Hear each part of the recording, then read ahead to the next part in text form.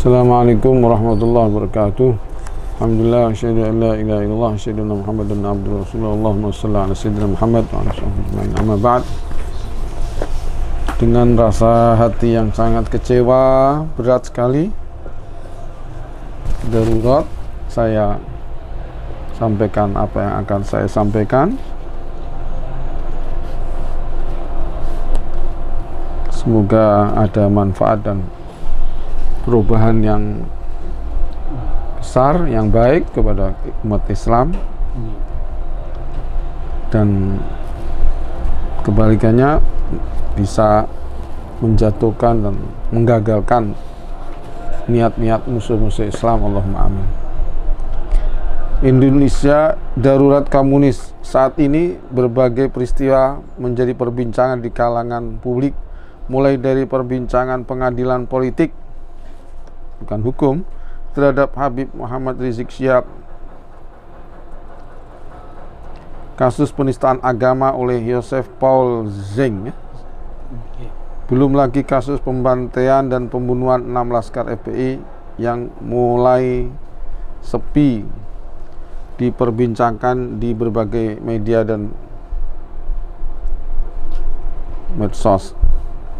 Hingga hari ini pelakunya saja belum ditangkap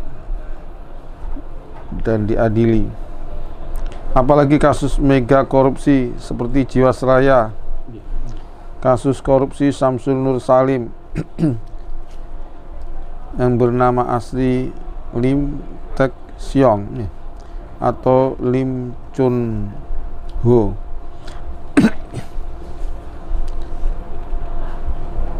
bakal menguap dan divonis sebagai hukuman yang sangat ringan. Na'udzubillah. Maklum, bila menyangkut etnis tertentu, hukum jadi lembek.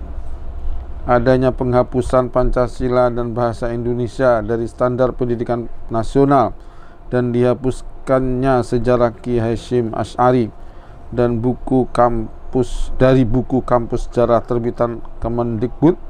Belum lagi membanjirnya ribuan pengungsi dari India akibat Covid yang melanda negeri itu. Kenapa pengungsi-pengungsi tersebut diizinkan masuk Indonesia, padahal mereka kebanyakan sudah positif corona? Secara lahiriah ini pengen menularkan corona yang ada di India ke Indonesia. Berita tenggelamnya KRI Nanggala 402 juga saat ini ikut meramaikan media. Menurut sebagian analisa, penyebabnya karena KRI Nanggala 402 mendapat serangan torpedo atau rudal di bawah laut. Rudal bawah laut. Menurut analisa yang lain, ada campur tangan Cina di tragedi kapal KRI Nanggala 402. Ada sabotase, bukan murni kecelakaan. Makanya keterlambatan berita dari pemerintah tentang hilangnya KRI Nanggala 402 ini sangat membuat memunculkan pertanyaan, apa karena itu memang benar dari serangan Cina? Dan tidak ada bela sungkawa dari pemerintah kepada angkatan laut yang wafat berapa? 53. Kenapa nggak ada bela sungkawanya? Ya, semoga mereka mati syahid di bulan Ramadan, dan semoga arwah mereka, darah mereka dibalas oleh Allah SWT dengan ratusan juta arwah dan darah-darah orang kafir, khususnya dari etnis yang dinabobokkan dan dirajakan oleh rezim sekarang ini. Allahumma amin. Saat ini muncul larangan mudik dari pemerintah yang didukung oleh berbagai pihak termasuk MUI. Mudik merupakan ajang silaturahmi yang mewujudkan hubungan yang baik antara saudara sesama muslim dan semua komponen bangsa. menjadi pondasi untuk pembangunan persaudaraan, memperkokoh persatuan dan kesatuan, serta memperkokoh perekonomian masyarakat. Dalam Islam, bagi yang menjalin dan menjaga silaturahmi akan dicintai Allah dan tentu akan dijamin dengan kehidupan yang baik zahir batin dunia akhirat. Hadisnya, man ahabba an yunsa'alahu fi atharihi wa yubsatalahu fi rizqi falyasil rahimah. Siapa yang ingin panjang umurnya, jembar rizkinya, maka silaturahimlah. Ini dengan larangan mudik ini berarti katanya memangkas mata rantai COVID, tapi ini sebetulnya memangkas silaturahim, memangkas persatuan dan kebangsaan Indonesia. Sudah hilang ciri khas Indonesia, ya. Na'udzubillah min dzalik. Dengan ini kami menolak larangan mudik dari pemerintah serta mendesak kepada pemerintah untuk mencabut larangan tersebut. Menurut kami, larangan tersebut bertolak belakang dengan kebijakan pemerintah yang mengizinkan salat tarawih dan salat Idul Fitri dilaksanakan di masjid. Di masjid-masjid kemarin itu diizinkan, ya. Tapi sekarang tidak diizinkan. Pemerintah melekoto MUI. Sayangnya MUI mau aja. Ada teman-teman kita, silakan itu yang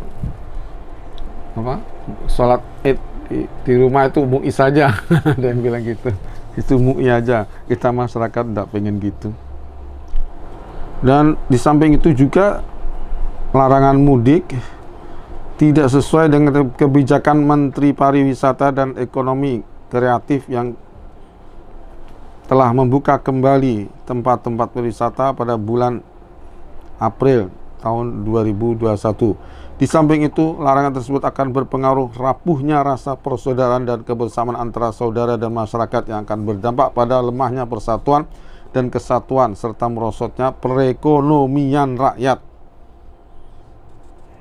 Larangan mudik jelas akan menambah beban pikiran rakyat, masyarakat, bukan hanya masalahnya sulitnya ekonomi akibat pandemi, namun juga momen merayakan hari kemenangan Idul Fitri, bertemu dan bersilaturahmi dengan orang tua, saudara, keluarga dan kerabat, dan orang yang mereka cintai gagal.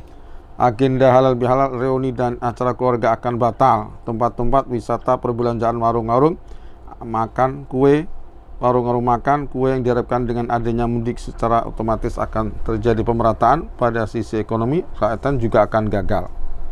Menurut kami, kalau larangan mudik itu diberlakukan karena alasan untuk mencegah penyebaran COVID-19, jelas kurang tepat karena bisa saja pemerintah menerapkan protokol kesehatan dengan ketat, melaksanakan rapid test antigen dan melakukan vaksinisasi yang bukan pakai babi itu, maksud saya, ya. Bukan pakai pakai bahan babi, tidak mengandung babi, ya. Keperluan mudik itu bukan hanya sekedar bersenang-senang, tapi mungkin ada berbagai keperluan yang mendesak. Di samping silaturahmi juga menunjuk orang tua yang lagi sakit, mendatangi undangan hajatan, urusan administrasi dan lain-lain. Pemerintah juga kurang objektif. Kenapa? Aturan larangan mudik tidak disertai dengan penutupan mal, pasar, swalayan dan tempat wisata. Selama aturan protokol kesehatan dilaksanakan dengan baik dan ketat, pasti bisa berjalan dengan baik. Tidak perlu ada larangan untuk dalam mudik sehingga masyarakat yang akan kampung halamannya dan ingin bersilaturahmi bisa terobati. Kami khawatir ada agenda terselubung dari musuh-musuh Islam atau komunis dan salibis yang memakai kedok pandemi untuk meredupkan syiar-syiar Islam di balik pelarangan mudik. Dan sekarang bukan hanya mudik yang dilarang, bahkan Idul Fitri di masjid-masjid, ya, dilarang oleh MUI. Ya, tekanan pemerintah sudah jelas. Ini mungkin tekanan pemerintah ini baru tadi pagi, baru hari ini mungkin setelah ada tenggelamnya kapal Nanggala. Jadi mungkin tenggelamnya atau hilangnya kapal Nanggala ini memang untuk menteror umat Islam. Jadi jahatnya komunis, jahatnya musuh-musuh Islam kepada Islam kurang ajar. Jadi karena itu mereka terus menteror supaya nggak ada ini, nggak ada ini, nggak ada ini. Ya semoga para penteror Islam, umat Islam ini semoga dihancurkan oleh Allah SWT. Semoga ada keajaiban Allah membalas 50 berapa? 3 tentara ya. Angkatan laut, semoga yang semuanya insya Allah muslim, semoga itu dibalas oleh Allah Ta'ala, hilangnya dan hancurnya ratusan ribu bahkan jutaan dari non Islam, khususnya yang berniat jahat kepada umat Islam, pengen menggusur umat Islam, pengen diganti dengan etnis Cina ya dan lain-lainnya. Itu semoga mereka yang hancur dan mati sebanyak-banyaknya, Allahumma amin. Beda dengan Soekarno yang dulu melarang Konghucu ya, dan melarang orang-orang Cina punya tanah ya milik. Ini sangat berbeda. Ini pemerintah rezim ini katanya ikut Soekarno tapi sangat berbeda. Dan bahkan Soekarno pernah menghilangkan Rotary Club, Lion Club, Freemason,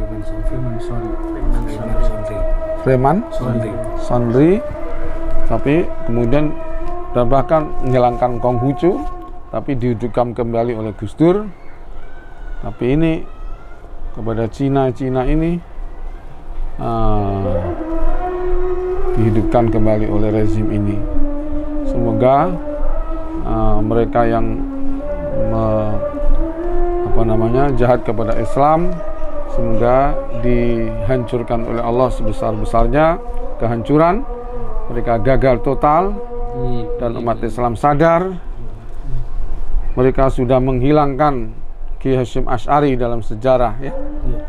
Juga memunculkan PKI dan banyak penghinaan-penghinaan, dan mereka semoga umat Islam sadar bangkit akan sangat bahayanya negara ini.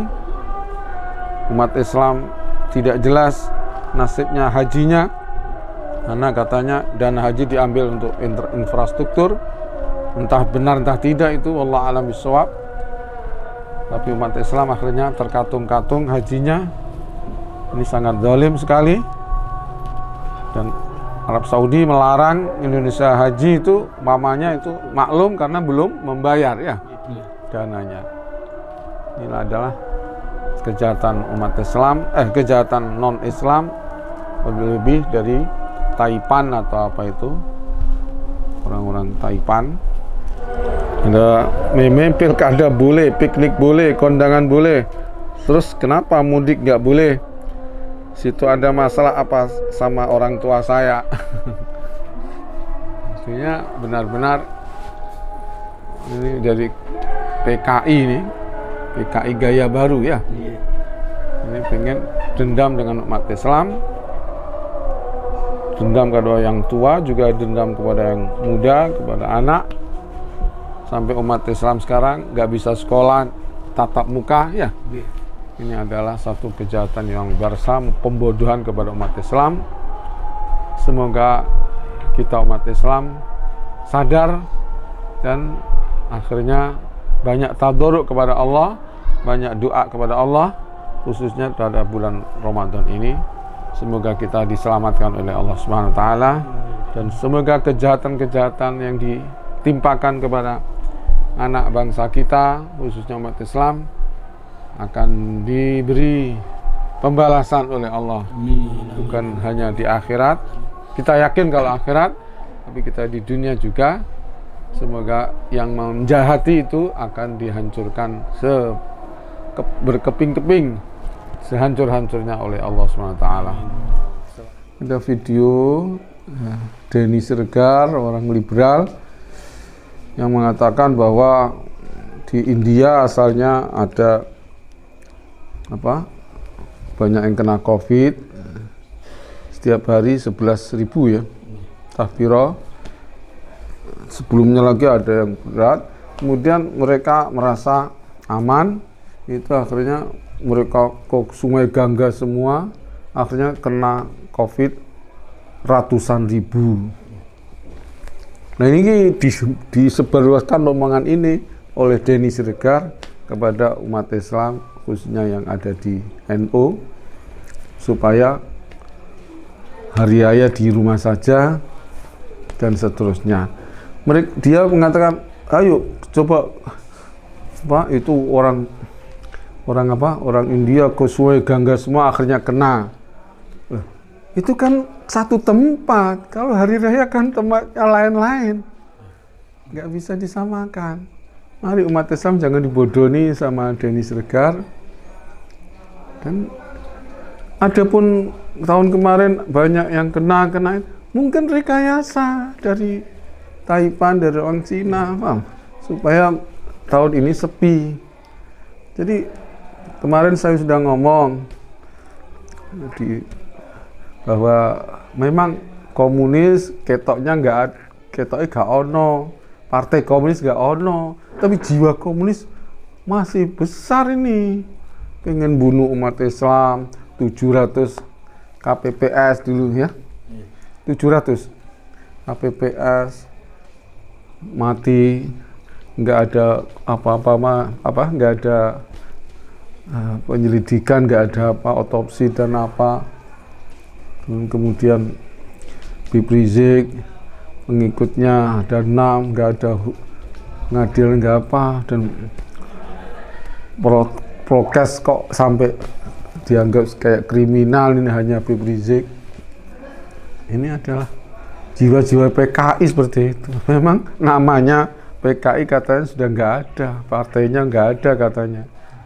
Tapi ini jiwa kapitalis tapi yang pengen membunuh umat Islam, itu namanya PKI gaya baru. Ini jelas nyata PKI itu ada melarang orang untuk, kami sudah dari dulu ada corona ini ada supaya tujuannya melarang orang Jumatan, melarang orang rapat dalam shaf dan seterusnya. Sekarang mau melarang Idul Fitri, Idul Adha. Inilah namanya jiwa PKI sudah merasuk dalam lini balung sumsumnya negara kita sekarang ini, bahkan di Kemenak, di MUI dan seterusnya. Innalillahi wa inna ilaihi raji'un. Nah, semoga ayo bangkitlah umat Islam. Saya bukan mengajak masalah perang, tapi yang jelas ayo waspada, jangan dituruti perintahnya pemerintah yang menyalahi syariat, yang pro komunis, nggak usah dituruti. Tapi kita bukan berarti akan menyerang atau perang, bukan. Tapi adalah ini perintah agama. Mengamalkan agama dilindungi oleh Undang-Undang 45 ya. Dan yang mengerikan itu yaitu pendidikan agama dihancurkan, nggak ada pendidikan agama, rasa agama dihilangkan, bahkan perjuangan Islam dihilangkan. Yang ada dimunculkan adalah orang-orang komunis. Innalillahi wa inna ilaihi raji'un. Jadi PKI sudah ada. Jadi kita ini sudah ngeri negara kita ini. Tinggal kita banyaklah tadarruk kepada Allah. Balahnya tawakal kepada Allah, berdoalah semoga orang-orang yang seperti itu cepat dihancurkan oleh Allah SWT. Assalamualaikum warahmatullahi wabarakatuh.